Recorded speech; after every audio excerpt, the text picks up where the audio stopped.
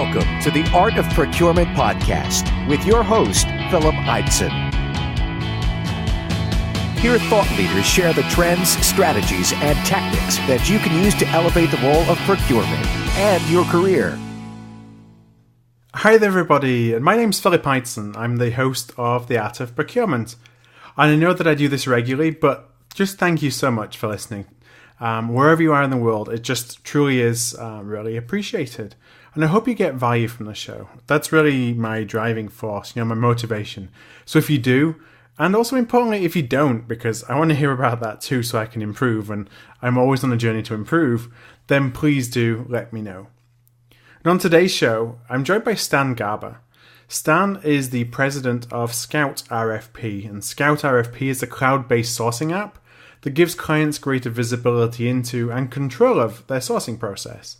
And before co-founding Scout, Stan and his founding team turned the challenge of a local Cleveland pizza restaurant who were trying and failing to find an online ordering system into a successful exit to Living Social. The product they developed grew into Enosis, which is now the largest online and mobile ordering platform for restaurants, and that led to the sale to Living Social in 2012. And so Stan and his co-founders then turned their attention to procurement. They did that back in 2014. And Stan actually shares the founding story and how they made that leap from restaurant ordering to procurement in our interview today. But in both businesses and during his time at Living Social post the acquisition, Stan has had a keen focus on business development and sales. And it's that experience that I wanted to tap into today. Our conversation has two parts. So first of all, what can we as procurement professionals and leaders learn from our peers in sales when it comes to selling the procurement value proposition internally? And then we shift focus to our suppliers. So building relationships that enable our companies to become a customer of choice, particularly where our spend with any given supplier may not be a match for some of our largest competitors. Okay, so first, a quick message of thanks for today's sponsor, and then I'm going to roll the tape.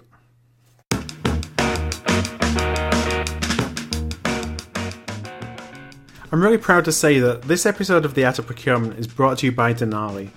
And Denali is a procurement-focused, technology-agnostic, and highly efficient managed services provider. As a former buyer and provider of procurement managed services, I've really admired Denali from afar for quite some time. Denali specialises in providing a variety of procurement services. They include category management, sourcing, contracting, supplier management, and P2P, so really anything across the procurement continuum, and they do that for Global 2000 clients across multiple industries. Denali really understands that every client has challenges within their procurement delivery model that's unique to that company. That's why Denali prides themselves on building solutions that are tailored to solve the individual needs of each client. Partnering with Denali's procurement professionals, your organisation is going to be able to generate more value faster. I'd really encourage you to check out Denali for more information, tell them that the Art of Procurement sent you, and head on over to www.denaliusa.com. That's www.denaliusa.com. So hi there, and welcome to another Art of Procurement Tuesday interview show. And as I mentioned in my introduction, I'm joined today by Stan Garber. Stan is the president of Scout RFP. Stan and I were actually introduced a couple of months ago by a mutual acquaintance, and I'm delighted that he was able to join me. So Stan, welcome to the show. Thank you. Excited to be here. Thanks. Well, when I was doing some research before the show, I came across something that you referenced, and it's probably a couple of years ago now, as a shameless plug to a travel blog. And so I did some searching because anything that has the word travel in piques my interest. And I couldn't find it anywhere. So what happened? Yeah, that's a great question. I was actually just joking with my wife about that the other day. We two things happened in our lives. In essence, the quality of two kids. Mm-hmm. One of them and a move to San Francisco, one of them being Scout, which was the first, which is our company here. Yeah. It's still a baby, and it's Embassy States, so that's taking up quite a bit of our time. And then we actually had our newborn just 8 months ago. So quite a bit of adventures, just haven't had the chance every time I try to sit down and write anything. Right. I have a little vixen that just grabs my hands and starts pounding the keyboard. So at home, it's been a little tough to do that. But we did do a ton of travel in between our last company and this one. Yeah. We had a little bit of time where we sort of hung out, and we got to see about 25 countries in about 2 years. So we were able to get quite a bit under our belt. So if you could, I guess Harry Potter style, you had a port key, and you could just go and go anywhere in the world right now, where would you go? Great question. Based on we're getting into the summer months, I would, in a heartbeat, go back to Croatia. Yeah. Dubrovnik, and we did a whole explore, just a whole drive to the whole country. But let's start in Dubrovnik for a handful of days. Would be amazing. Cool. No, it's beautiful. It's on the coast there, isn't it? Yeah, just crystal clear water and beautiful. Well, I mentioned in my intro that you're the president of Scout RFP. So how did you get from a pair of orange running shoes to writing RFP software? Right. So this, how we got into this business is a great question. Everybody always likes to ask us, like, have we been in procurement for a while? Right. How did we get into? What drove us to this field? And we simply say that how we got into this, we were actually on the buyer side, or actually on the supplier side. Sorry. Yeah. For our last company, we had a software company called Honest, as you mentioned, that did a technology for big restaurant chains. And we built up that company. We filled out a lot of RFPs ourselves. Mm-hmm. We ended up just filling out RFPs for every one of these big restaurant chains. So if you order food online, there's a good chance it's our product, like Applebee's, Panera, Outback, Carrabba's, any of these big restaurant groups. And we filled out a lot of RFPs, and we built up that company. And they were all email, Excel, and Word. And it was always a horrible process. And there was points that we had a national brand that gave me four different RFPs in 5 years. Right. And at one point, they even asked me for a copy of their old RFP because there was just different project managers involved. And then we had another customer that spent 2.5 months just analyzing because they got 30 bids back. And we sort of, after the company got acquired in 2012, our last company, we sort of looked at the space and we're like, hey, what's out there? Like, why is the software stack there's no real utilization of software stack? And that's, we went out, spoke to about 300 different buyers from any company we can get our hands on. And what we found out, there was plenty of software out there when it came to the P2P side, and even software was out there, but adoption, what we constantly kept hearing, is pretty low. Folks ended up using email and Excel, and the products that were out there just were sort of shelfware. Folks, they didn't even know how to use a lot of the features in them because they became so complex, because a lot of them are a decade plus old now. And our whole idea was, can we take sort of the new UIs, sort of the consumerization of enterprise software idea, where everything that you and I use, from Gmail to Facebook to everything, simple UIs, doesn't require a whole lot of training or upfront support. Can we build a really simple RFX and reverse auction application? And that was the idea behind that. We put that out, and the rest is history. And now we got ourselves a new company. And so your background is mostly in sales and business development from your two companies, is that right? Yeah, so I went to college. That's where we started our first company, just doing finance and management, and from there just sort of ended up focusing on the marketing BD side, and that's what I've been doing for the companies ever since. No, and that's what I wanted to talk about today, was to talk sales, but specifically lessons that procurement professionals can take from peers and also adversaries, I think, on the other side of the negotiating table, both in how we sell our services internally as a procurement organization, but also how we make our company look attractive to as many potential suppliers as possible. And I think that's becoming increasingly important, especially if you're not, a Fortune 10 company that has the brand cachet for people to want to work with you. It's how do you make yourself more attractive through the RFP process. So what I wanted to touch on first was really how to sell your internal stakeholders on the services that you as a procurement function can provide. And I wondered what kind of guidance you have for professionals listening on that front. Yeah, I guess step one really, and just sort of like sales 101, and just how, and anything you do in life, including with your kids or your spouse, anything. I mean, it's just build the relationship. You're dealing with humans. It's human nature. You're coming in. So taking a step back and be like, all right, well, before anybody will before you go anywhere, you want to have a relationship, you want to trust with somebody. So taking the reality of, okay, if I want someone to work with me, to utilize our services, they got to trust me. Yeah. So step one, taking a step back, build a relationship with those business, with the stakeholders and the business units that you're working with. So how do you figure out who to build the relationships with? If you're focusing, you can't have a relationship with everybody. Are there particular people in a business unit that you should focus on, or is it just the folks who you already come into contact with that are buying the things, or that are using the things that you're going to be helping them buy? Yeah, great question. It's the way that I look at it is, first you want to sort of have your there's something called the champions, the key influencers within you, sort of as you're a category manager, or maybe even just a director or the CPO level. You're going to want to come in and just sort of look at who's going to be the business leaders for each the marketing, the IT side, indirect, direct spend. Just sort of you're sort of going through the different categories, facilities, and you're going to want to find out who's the person that's going to be the decision maker. Because at the end of the day, you want to have and sometimes the decision maker can be your champion, which is awesome. That's a huge home run. But honestly, you have to sort of segment the people, and there's great books on there. There's so much sales content books out there. And there's the one that I always recommend is everybody to read. Everybody within our company reads it, and it's just How to Win Friends and Influence People by Dale Carnegie. Yep. Just a great read. Just not a very simple read book. Just fun to sort of look through, and you have a lot of aha moments on how you can handle situations better. But really, you just sort of you figure out who's going to be. You want champions. Step one, like people that will support what you're doing. And the way that I always recommend that is start with some low-hanging fruit, and just go out there and go talk to these folks, understand maybe some of the things. Just like you, they've got priorities. They've got an agenda full of things that they need to accomplish this quarter. And you're going to go to them and just be like, okay, I'm here to help you remove some of these things off your list. Let's go through what things that I might be able to help you with, and start with the small stuff. And what I always focus, just like with sales and Scout and anything else we do in our last company, people always want to see success before they give you anything more.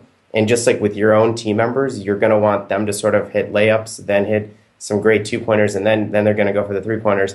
Like, you want them to have sort of those baby steps. So go in there and actually work with them a little bit, actually get a few under your belt, actually write up the case studies, write up some supporting documentation on what you did, and then actually announce your wins. I know this is a really funny one, but I know from the sales standpoint, every time we land a deal, there's a bell that we ring in the office, a logo goes up on a wall. Like, there's definitely like excitement when a deal has happened. It's like a buzz about it. Yeah, there's a lot of buzz. There's an email that goes out, like the Scout Award. Like, there's everything we're talking about is just like all of this hype in the company.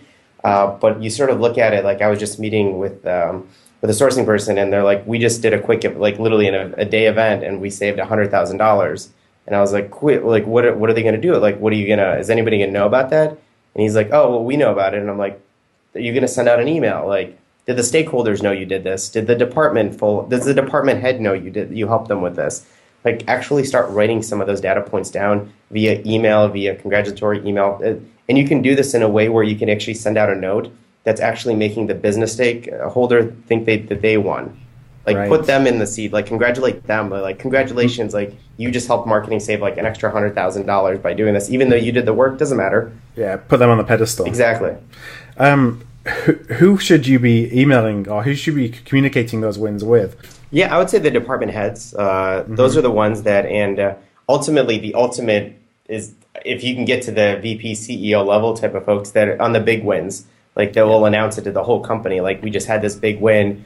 Even if it's procurement's not necessarily as a shout out in the email, but it's just acknowledging that win, because people will know the project leaders. But if there's a win when it comes to, like, we just saved a few $100,000 or $1 million, and it's a department, like the department leader from the marketing facilities, they're the ones that really should be in the loop on those. And the way you get them excited on that is keeping them updated through the bid itself, not at the very end.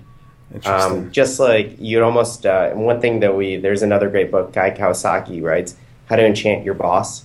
There's just a chapter, a lot of our employees also read this book, and really it's like you give updates on any project you're working with.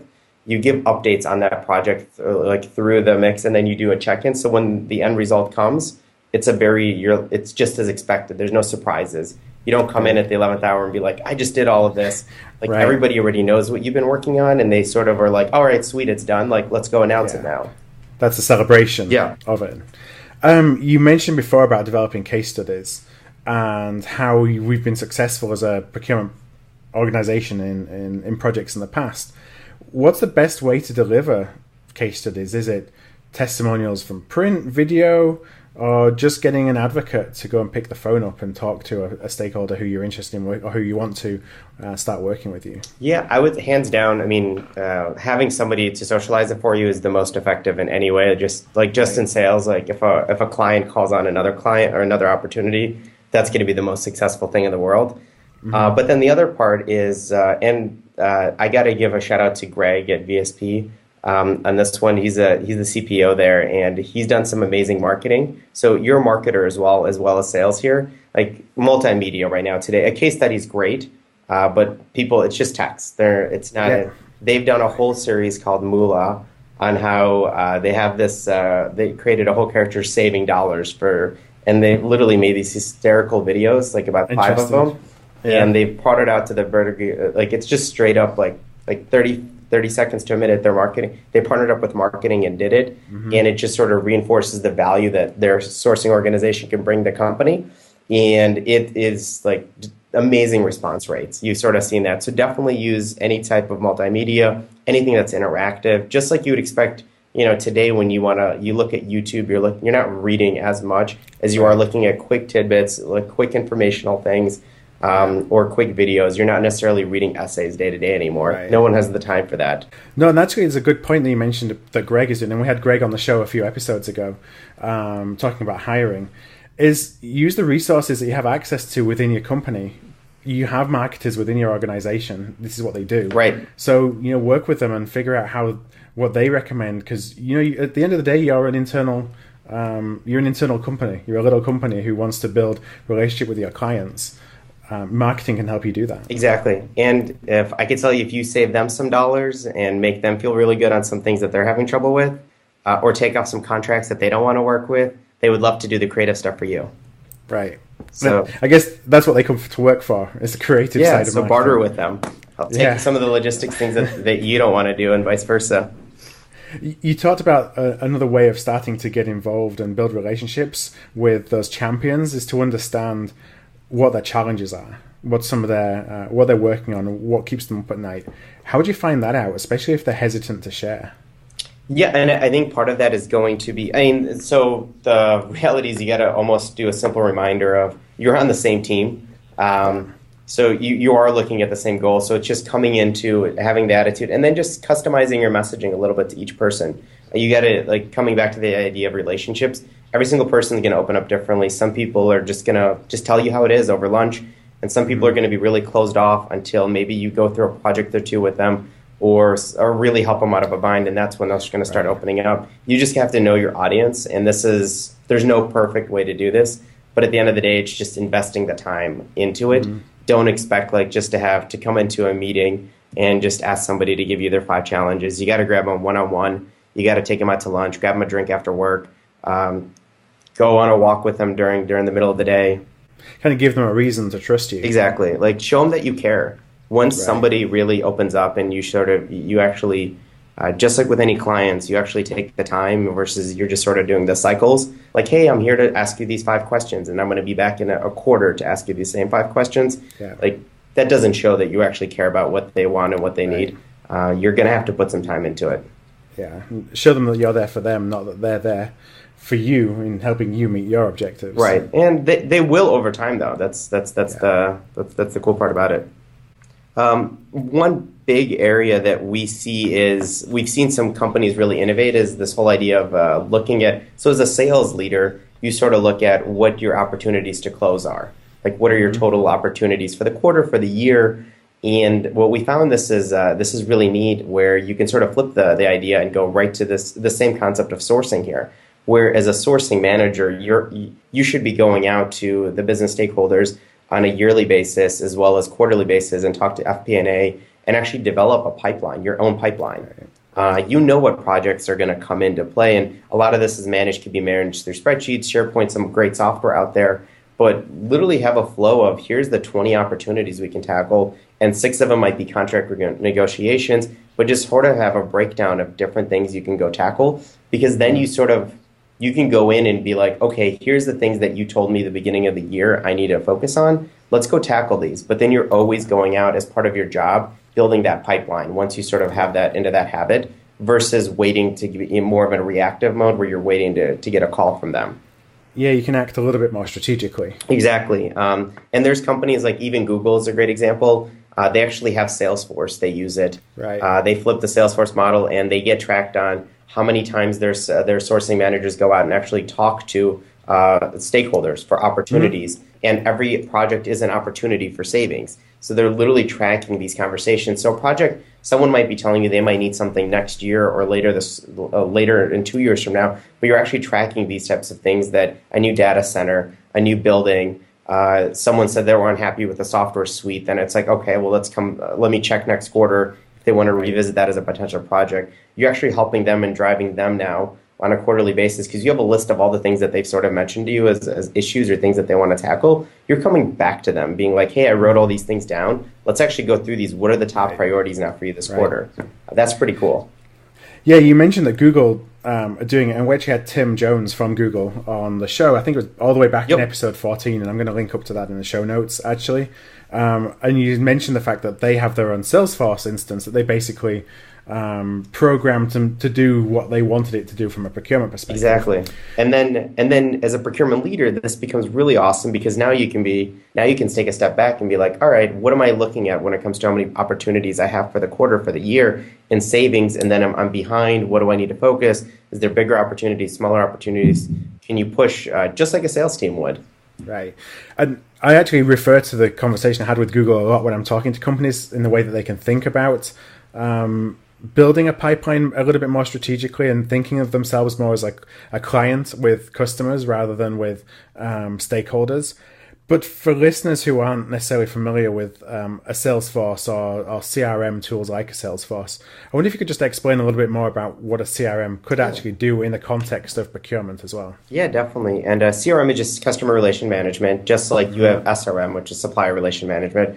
Same idea, where all we're doing going through here, and what CRM is doing is today, basically back in the day when before you had a tool to organize it, you would have all of your potential clients or the deals that you have just lined up in an Excel document or handwritten in a journal, and you just sort of go through. And what CRM did is it gave the ability for individual sales folks and sales leaders to come in and quickly see every opportunity or every client that people are talking to, how many touch points they're actually hitting up, track all the communications that with them. And then the most important thing, though, is actually understand where your clients are today. Are like from a I'm just talking to them to they're in negotiations to it's a closed deal down to also then you go into actually relationship mode. Like how often have they used the product? How long is their contract? When is it coming up for renewal? All of that is basically managed in that whole CRM application. It's giving you a pulse on your business where things are across the board. Yeah, and I know that I use one in my business, and where I find it effective too is then the reminders. It's like you can use it almost as a project management tool as well, so that you're actually prompting you to do actions that otherwise you may just forget about because you're trying to manage your life with an email. You walk in the door in the morning and it tells you the 10 people you need to call. Just like same idea with, think about it for the sourcing side. Here's the 5 contracts coming up for renewal. Here's maybe 6 suppliers you need to ping again. Just some time went by and you just need to set reminders to follow up with them on some information.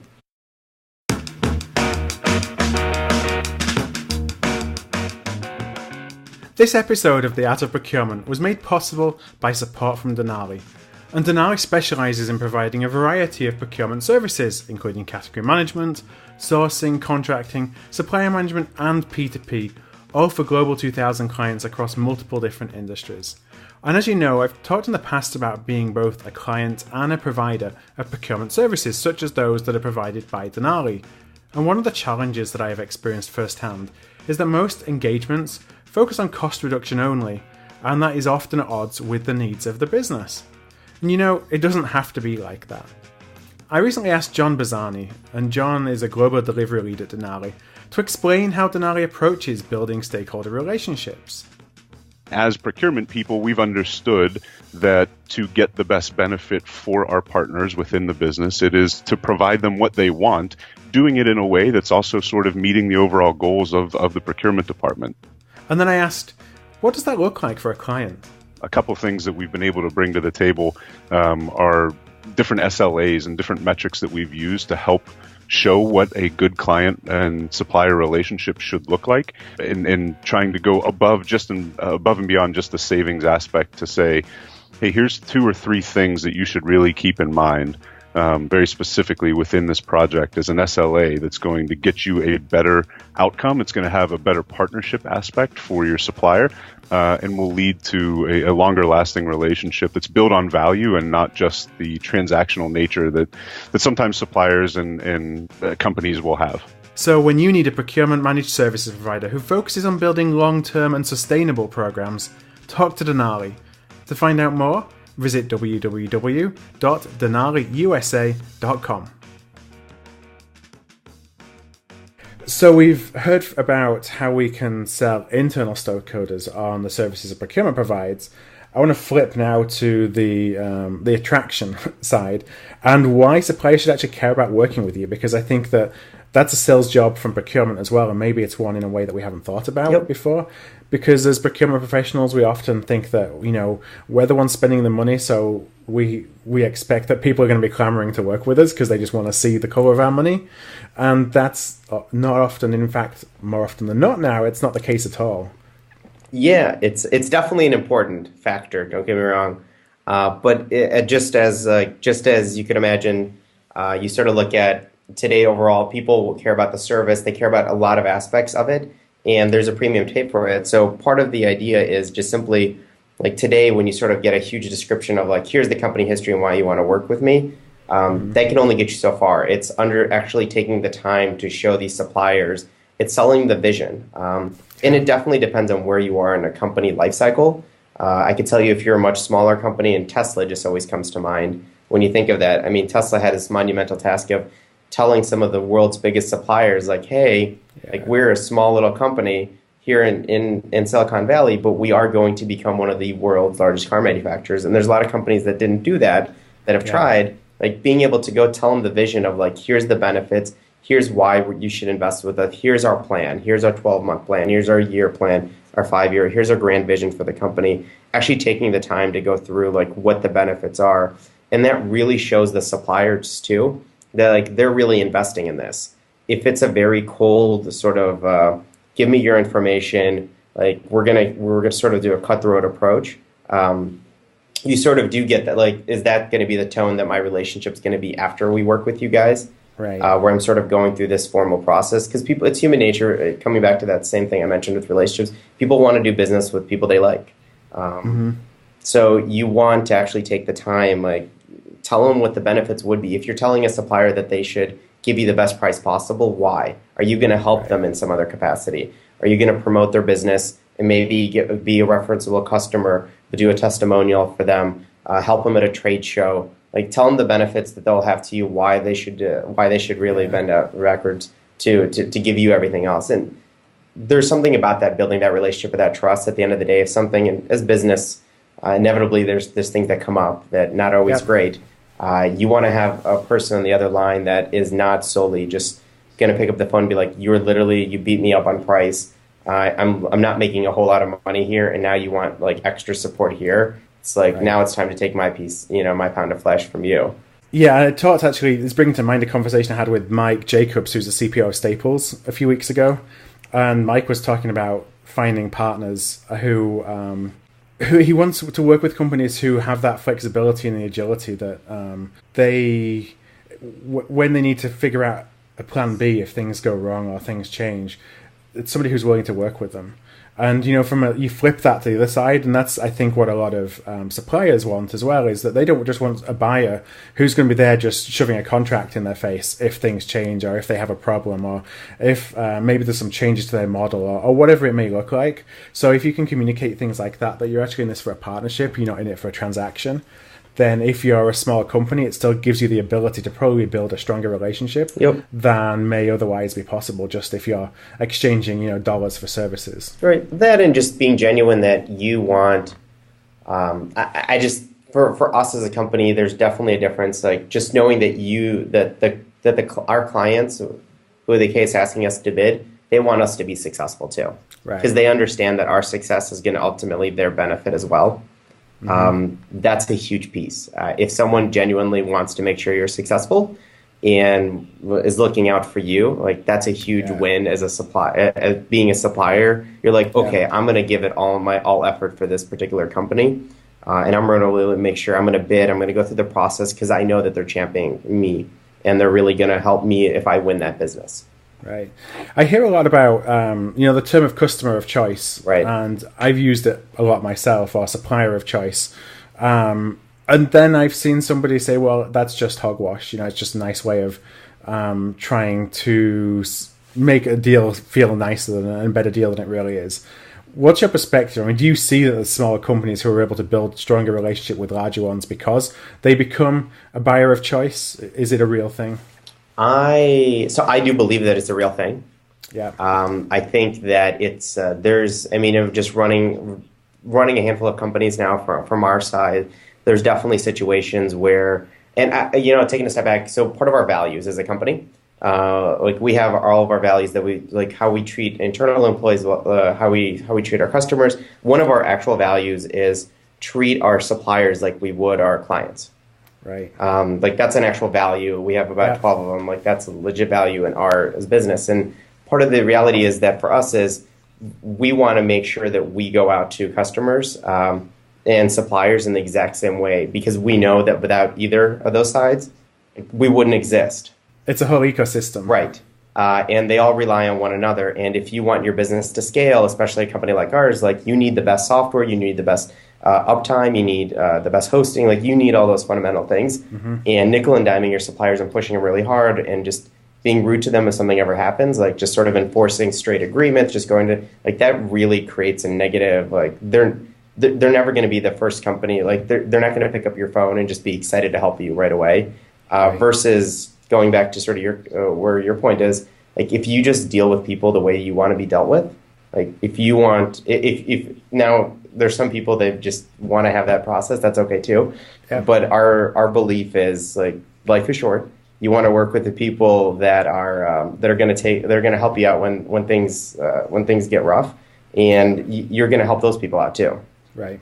You want to trust your clients just like you trust your suppliers, and vice versa. So we're running against time, and I had a final question. It's not really directly related to the topics that we talked about today, but you mentioned at the beginning of the show a couple of different books, and you actually talked about the fact that I think you are encouraging your teams to read and to kind of continually self-educate. So for anybody that's listening today, and I think this is probably from more of a sales perspective, because you also talked about the fact there's a plethora of reading material out there, and I can talk to the fact that I have 5 or 6 different sales books that I bought and I never opened.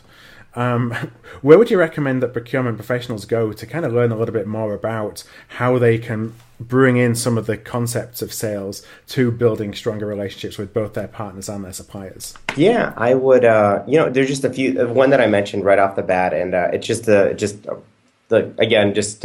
How to Win Friends and Influence People by Dale Carnegie. Just hands down one of the easiest books. Classic. I feel like everybody should read that book every few years.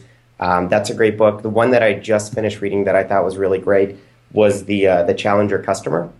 Mm-hmm. That was a CEB they just did a big study for that, and it's really neat to give you a perspective. And even it was really interesting for us to understand that every decision has 5.3 or 5.4 stakeholders involved. Right. So you got to imagine you and your team is one of those stakeholders from the buyers.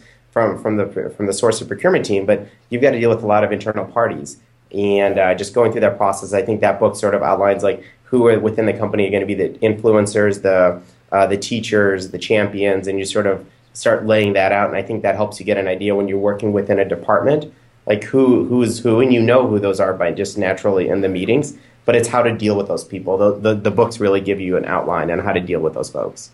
Yeah, and I guess think about things of it being more than you're just trying to build a one-on relationship with one person. Right. There's a lot more people behind the scenes who are actually influencing that decision. So don't put all your eggs in one basket. Right. Yeah. And then the other book I mentioned also earlier in the chat was Guy Kawasaki. He's written a ton of startup books, but one that I think is good for this one is just called Enchantment. And it's more or less, it's every aspect of how to enchant your customers, your boss, your your coworkers, like all of these like small little tidbit stories. It's just a good read that sort of talks a little bit about, because that's what you're looking for. It's all there's a ton of negotiating books, a ton of other books, but it's all about personalities. It's all about dealing with people in a more of a humane, just in a very casual setting. Cool. Well, I'm actually going to go and check those out myself because I've read the Dale Carnegie, but I've come across the Challenger. Customer, not read it yet, but I haven't heard of the Guy Kawasaki book, and that sounds interesting. So thanks for sharing those. Not a problem. So my last question, not really a question really, but if listeners are interested in learning a little bit more, following up with you directly or just getting to know Scout a little bit more, where can they find you? Yeah, just our website, scoutrfp.com. And then also anybody's welcome to just drop me a quick email. It's just stan@scoutrfp.com. That's easy. One of the only benefits probably of one of the few benefits of being one of the co-founders, you get the simple email address. But yeah, so anybody's welcome to drop me a quick note. I'll reply incredibly fast. So what I'm going to do is I'll link up the books that you mentioned as well as the contact details. Those are going to be at the show notes for today's episode, and those are going to be at artofprocurement.com/scout. That's artofprocurement.com/scout. So Stan, thank you very much for your time. Phil, thank you again. This was great. Thank you.